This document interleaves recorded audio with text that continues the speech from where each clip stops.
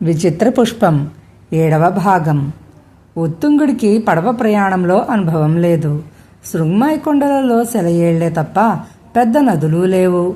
అక్కడ ఉన్న ఒక్కగానొక్క నది చిత్రావతి పొంగినప్పుడు ఉత్తుంగుడు మిత్రులతో కలిసి తెప్ప కొయ్యల మీద కొంత దూరం సరదాగా వెళ్ళి వచ్చేవాడే తప్ప పడవ నడపవలసిన అవసరం అతనికి అంతకు ముందెన్నడూ కలగలేదు. అయినప్పటికీ ఇప్పుడు మాణిక్యపురిని రాకాసి మృగం బారి నుంచి కాపాడాలన్న దృఢ సంకల్పంతో అతడు పడవను ముందుకు నడపసాగాడు. సముద్రంలో కొంత దూరం వెళ్ళాక అలల ఉధృతం తగ్గింది. చిన్న చిన్న అలల మీద పడవ వేగంగా నడిచింది. అలా కొంత దూరం వెళ్ళి అది నిలకడగా ఉన్న నీళ్లలోకి ప్రవేశించింది. ఇప్పుడు పడవ ముందుకు వెళ్లాలంటే తెడ్డు ఉపయోగించవలసి వచ్చి అతడు దానిని అందుకున్నాడు. మెల్లమెల్లగా చుట్టుపక్కల చిమ్మ చీకటి కమ్ముకోసాగింది. ఆకాశం మేఘాలు లేకుండా నిర్మలంగా ఉండడంతో చుక్కలు పెట్టినట్టు నక్షత్రాలు ఒక్కొక్కటే మెరుస్తూ రాసాగాయి. మరికొంతసేపటికి ఎటు చూసినా గాఢాంధకారం ఆవరించింది. రాకాసి మృగం ఏ క్షణంలోనైనా ఎటువైపు నుంచైనా నీళ్ల నుంచి పైకి రావచ్చునా అన్న హెచ్చరికతో ఉత్తుంగుడు జాగ్రత్తగా చుట్టుపక్కల కలయ చూస్తూ ముందుకు వెళ్ళసాగాడు. చాలా దూరం వెళ్ళాక హఠాత్తుగా అతని వెనక ఏదో నల్లటి ఆకారం కనిపించింది. ఉత్తుంగుడు వెంటనే పడవను వెనక్కు తిప్పాడు. ఆ నల్లటి ఆకారం క్రమక్రమంగా పెద్దదవుతూ పడవకేసి రావటం అతను గమనించాడు. అది ఏమై ఉంటుందా అని అతడు పరిశీలించి చూశాడు. ముఖం స్పష్టంగా కనిపించకపోయినప్పటికీ దాని పెద్ద తల, వెడల్పాటి భుజము, పెద్ద పెద్ద చేతులు చూసి అది తప్పకుండా రాకాసి మృగమే అయి ఉంటుందని ఉత్తుంగుడు గ్రహించాడు. అది కదిలే తీరును చూస్తుంటే అంతగా లోతులేని నీళ్లలో పెద్ద కాళ్లతో మెల్లగా నడిచి వస్తున్నట్టు అతనికి అనిపించింది. నడి సముద్రంలో రాకాసి మృగాన్ని ఎదుర్కొనటం దుస్సాహసమవుతుందని అతడు భావించి సమీపంలో భూభాగం కనిపించేంత వరకు దానికి అందకుండా వెళ్లాలని నిశ్చయించుకున్నాడు. పడవను వేగంగా నడుపుతూ రాకాసి మృగం వస్తున్నదా లేదా అని అప్పుడప్పుడు తిరిగి చూస్తూ ప్రయాణం సాగించాడు. కొంత దూరం వెళ్లేసరికి దూరంగా పెద్ద రాళ్ల గుట్ట కనిపించింది. ఆహా, భూప్రదేశం అన్న ఆనందంతో అతడు దానిని సమీపించాడే తప్ప తీరా దగ్గరికి వెళ్ళాక నేల మీద కాలు మోపడానికి చోటు లేదు. ఎటు చూసినా ఎత్తైన బండలే ఉన్నాయి కదా. పైగా అక్కడ అలలు ఉవ్వెత్తున లేచి బండలను తాకుతూ ఉండటం వల్ల పడవ మళ్లీ పైకి కిందకి ఊగిసలాడసాగింది. దానిని అదుపులో పెట్టడానికి ఉత్తుంగుడు అతి కష్టంతో ప్రయత్నించసాగాడు. అప్పుడు హఠాత్తుగా తాడి చెట్టు ప్రమాణంలో లేచిన ఒక రాక్షస అల పడవను అమాంతం లేపి బండల మధ్య ఉన్న ఒక ఇరుకు సందు గుండా వెలుపలికి విసిరికొట్టింది. ఆ వేగానికి పడవ తల్లకిందులయ్యింది. ఉత్తుంగుడు ఎగిరి పడవ కవతల ఇసుకపై పడ్డాడు. పడవలోని పూలకట్టలు అతని తల మీద చెల్లాచెదురుగా పడ్డాయి. క్షణాలలో జరిగిపోయిన ఈ హఠాత్ పరిణామానికి ఉక్కిరిబిక్కిరి అయిన ఉత్తుంగుడు మరుక్షణమే తేరుకుని చెల్లాచెదురైన పువ్వులను ఏరి పడవ దగ్గరికి తెచ్చాడు. ఆలోగా చాలా పువ్వులు నీళ్లపై తేలుతూ వెళ్లటం అతడు గమనించాడు.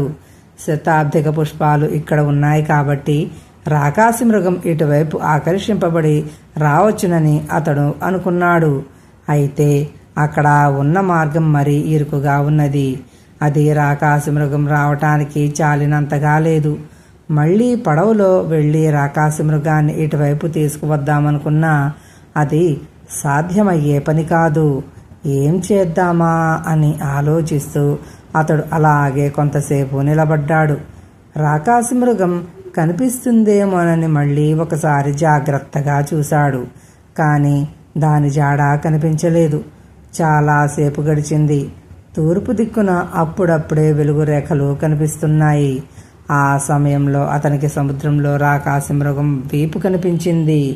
రాజుగారు తెలియజేసినట్టు ఆ రాకాసి మృగం తెల్లవారకముందే సముద్ర మధ్యాన్ని చేరుకుంటుందని అతడు గ్రహించాడు. మళ్ళీ పొద్దుగూకి రాత్రి అయ్యేంత వరకు అది సముద్రం వదిలి వచ్చే అవకాశం లేదని అతడు నిర్ణయించుకున్నాడు. ఆ తరువాత అతడు తల్లకిందులుగా పడి ఉన్న పడవను భుజంతో లేవనెత్తి సరిగ్గా ఉంచాడు. ఏరి ఉంచిన శతాబ్దిక పుష్పాలను, మొక్కలను తీసి పడవలో ఉంచాడు. ఆ పువ్వులు ఇంకా అప్పుడే పూచినట్టు సువాసనలు వెదజల్లుతున్నాయి. ఆ మొక్కలను నాటడానికి, పువ్వులను దాచడానికి సరైన స్థలం ఏదా అని చుట్టుపక్కల పరిశీలించి చూశాడు. అప్పటికే బాగా తెల్లవారింది. ఆ తరువాత ఆలోచిస్తూ ఒక బండ మీద కూర్చుని విశ్రాంతి కోసం కళ్ళు మూసుకున్నాడు. రాత్రంతా పడవ ప్రయాణం చేసి బాగా అలసిపోయి ఉండటం వల్లనేమో కొంతసేపట్లోనే అతడు ఆదమర్చి నిద్రపోయాడు. అలా ఎంతసేపు నిద్రపోయాడో అతనికి తెలియదు. తల వెనక ఆడవాళ్ల నవ్వులు వినిపించి ఉలిక్కిపడి లేచి, తను కలగనటం లేదు కదా అనుకుంటూ తల తిప్పి వెనక్కు చూశాడు.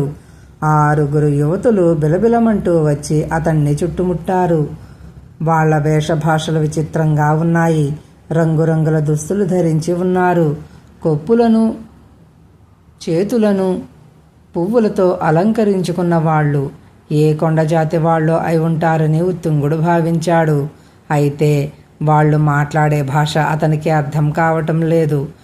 6 యువతుల చేతులలోనూ శతాబ్దిక పుష్పాలు ఉన్నాయి. వాటిని సంతోషంగా వాసన చూస్తూ తమలో తాము ఏదో మాట్లాడుకుంటున్నారు.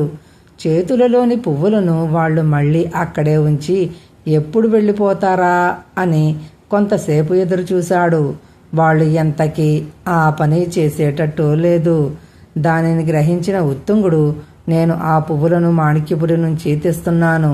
ఒక ముఖ్యమైన పని మీద వాటిని దూర ప్రాంతాలకు తీసుకువెళుతున్నాను. మీరు దయచేసి ఆ పువ్వులను పడవలో ఉంచండి. సూర్యుడు అస్తమించాక నేను ఇక్కడి నుంచి బయలుదేరాలి అన్నాడు. రాకాసి మృగం గురించి చెప్పి వాళ్లను బెదరగొట్టడం అతనికి ఇష్టం లేదు. మాణిక్యపురి, మాణిక్యపురి అంటూ ఆ యువతులు నవ్వారే తప్ప మరేదీ మాట్లాడలేదు. ఉత్తుంగుడు పడవ దగ్గరికి వెళ్ళి నిలబడి వాళ్ళకేసి చూస్తూ, మీరు ఆ పువ్వులను ఇక్కడి నుంచి తీశారు కదూ అని అడిగాడు చేయి చూపుతూ. అవును అన్నట్టు తలలు ఊపారు ఆ యువతులు. మరి వాటిని మళ్ళీ అక్కడే ఉంచండి అన్నాడు సైగ చేస్తూ. ఆ యువతులు తలలు అడ్డంగా ఊపుతూ ఏదో చెప్పారు. ఉత్తుంగుడికి ఆ మాటలు ఏమాత్రం అర్థం కాలేదు. అతడు కోపంగా, ఆ పువ్వులు నావి, మర్యాదగా వాటిని పడవలో ఉంచండి అని గద్దించాడు చేయి ఊపుతూ. అయినా వాళ్ళు పువ్వులను వాసన చూస్తూ పకపకమని నవ్వసాగారు. ఆఖరికి వాళ్లలో ఒక యువతి ఉత్తుంగిని సమీపించి అతన్ని తాకి చేయెత్తి దూరంగా చూపుతూ ఏదో చెప్పింది. ఈ పువ్వులను తీసుకుని మేము ఇంటికి వెళుతున్నాము, నువ్వు వస్తావా అని అడిగినట్టు ఆమె చేసిన సైగను బట్టి గ్రహించాడు. మిగతా 5 యువతులు అప్పుడే అక్కడి నుంచి బయలుదేరారు. సరే వస్తాను, నేను అక్కడికి వచ్చాక నా పువ్వులు నాకు ఇచ్చేయాలి అని ఉత్తుంగుడు వాళ్ళ వెంట బయలుదేరడానికి సిద్ధమవుతూ ఒకసారి పడవలోకి చూశాడు. అక్కడ ఒక పువ్వు కూడా లేదు. మొక్కలు మాత్రం ఉన్నాయి. పడవను అక్కడే వదిలితే మళ్ళీ పెద్ద అల లేచి దానిని సముద్రంలోకి లాక్కుపోవచ్చునన్న అనుమానంతో అతడు పడవను మరికొంత వెనక్కు తోసి వదిలిపెట్టాడు. మొక్కలు అక్కడ ఉండటం అంత క్షేమం కాదని భావించి వాటిని చేతిలోకి తీసుకుని తెడ్డును పడవలో పడవేసి యువతలకేసి తిరిగాడు. వాళ్ళు ఒకచోట ఆగి ఉత్తుంగుడి కోసం నవ్వుతూ ఎదురు చూస్తున్నారు. ఉత్తుంగుడు చకచక 4 అడుగులు వేసి వాళ్లను సమీపించాడు. వాళ్ళు మాట్లాడే భాషను అర్థం చేసుకోవడానికి ప్రయత్నిస్తూ అతడు వాళ్ల వెనుకగా కొంత దూరంలో మౌనంగా నడవసాగాడు. అతడు తమ వెంట వస్తున్నాడా లేదా అని అప్పుడప్పుడు తిరిగి చూస్తూ ఆ యువతులు తమ నివాసం కేసి నడవసాగారు. కొంతసేపటికి వాళ్ళు ఇసుక ప్రదేశం దాటి ఎర్రమట్టి ప్రాంతాన్ని చేరుకున్నారు. చుట్టూ కొండలతో ఆ ప్రాంతం ఒక లోతైన పళ్ళెంలా కనిపించింది. చుట్టూ చెట్టు చేమలతో పచ్చగా ఉన్నది, కానీ పెద్ద వృక్షాలు కనిపించలేదు. మరికొంత దూరం వెళ్ళేసరికి ఒక చిన్న గూడెం ఎదురయ్యింది. వాళ్లను చూడగానే గుడిసెల నుంచి వెలుపలికి వచ్చిన స్త్రీలు కొందరు ఆ యువతులను ఏదో అడిగారు. దానికి ఆ యువతులు ముక్తసరిగా సమాధానాలు చెబుతూ వెళ్ళి గూడెం మధ్యలో ఉన్న ఒక పెద్ద గుడిసెను సమీపించి అమ్మా అమ్మా అని పిలిచారు. కొంతసేపటికి ఒక మధ్య వయస్కురాలు తలుపు తెరుచుకుని వెలుపలికి వచ్చింది. మేము ఏం తెచ్చామో చూడు, అందంగా ఉన్నాయి కదా అంటూ తాము తెచ్చిన పూలను చూపించి ఒక యువతి ఎంతో సంతోషంగా అంది.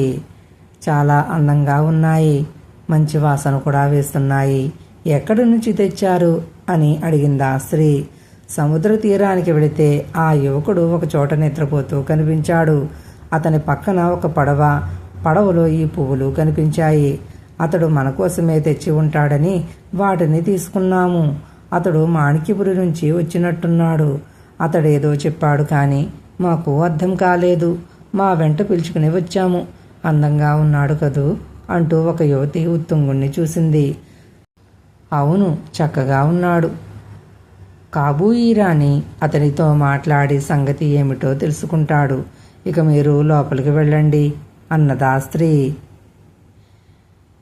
యువతులు 6 ఒకరి వెనుక ఒకరు ఇంటి లోపలికి వెళ్లారు. ఆ స్త్రీ ఉత్తుంగుని కూర్చోమని సేక చేసి లోపలికి వెళ్ళింది. వాళ్లేమీ మాట్లాడుకున్నది ఉత్తుంగుడికి అర్థం కాలేదు. ఆ ఇంటిని బట్టి చూస్తే అది ఆ గూడెం నాయకుడిదై ఉంటుందని అతడు ఊహించాడు. లోపలికి వెళ్ళిన స్త్రీ పళ్ళెం లాంటి ఒక పాత్ర నిండా ఏదో పానీయం తెచ్చి ఉత్తుంగుడికి ఇచ్చి, బాగా అలసిపోయినట్టున్నావు, దీనిని తాగు, కాబూయి వచ్చాక మాట్లాడుతూ భోజనం చేద్దు గాని అన్నది. ఉత్తుంగుడు ఆ పాత్రను తీసుకుని అందులోని పానీయాన్ని తాగి పాత్రను పక్కన పెట్టాడు. దాపులోనున్న ఒక గుంజకు ఆనుకుని కూర్చుని యువతులు ఇంటి లోపలికి తీసుకువెళ్లిన శతాబ్దిక పుష్పాలను గురించి ఆలోచించసాగాడు. ఇక్కడున్న శతాబ్దిక పుష్పాల చేత ఆకర్షింపబడి సముద్రంలోని రాకాసి మృగం ఇటువైపు వచ్చిందంటే ఏం చెయ్యాలి? అయినా సముద్ర తీరంలో ఎత్తైన గోడ కట్టినట్టు బండలున్నాయి. ఆ బండలను దాటుకుని రాకాసి మృగం వచ్చే అవకాశం లేదు. బండల మధ్య చిన్న ఇరుకు మార్గం ఉన్నది. ఆ మార్గం గుండా రాకాసి మృగం రావటానికి సాధ్యపడదు.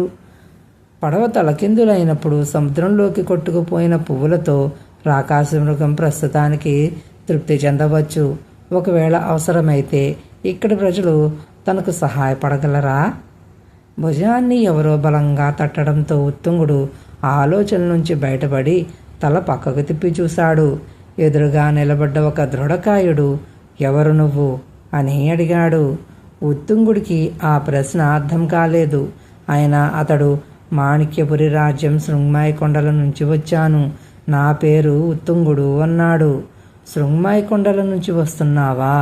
చాలా సంతోషం, లోపలికి వెళదాం రా అంటూ ఇంటి లోపలికి దారి తీశాడు దృఢకాయుడు. అతనికి తమ భాష తెలుసు అని గ్రహించగానే ఉత్తుంగుడు చాలా సంతోషంగా లేచి నిలబడ్డాడు. కథ ఇంకా ఉంది.